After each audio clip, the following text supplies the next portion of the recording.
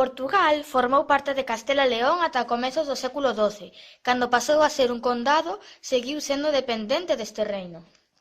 Portugal independizouse en 1128 ao proclamarse rei Afonso Enríquez. O reino quedou definitivamente desvinculado do de León.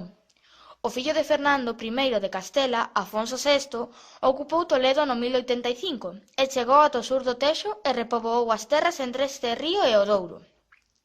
O reino de Pamplona incorporouse entre 1076 e 1134 aos territorios aragoneses. Con Sancho o Sabio pasa a chamarse Reino de Navarra. En 1137, o matrimonio entre Petrolilia e o conde de Barcelona Ramón Berenguer IV deu lugar ao nacemento da Coroa de Aragón, cuxo primeiro rei foi o seu fillo Afonso II. A Coroa de Aragón incluía o Reino de Aragón, os condados cataláns e os condados Occitania, ao norte dos Pireneos.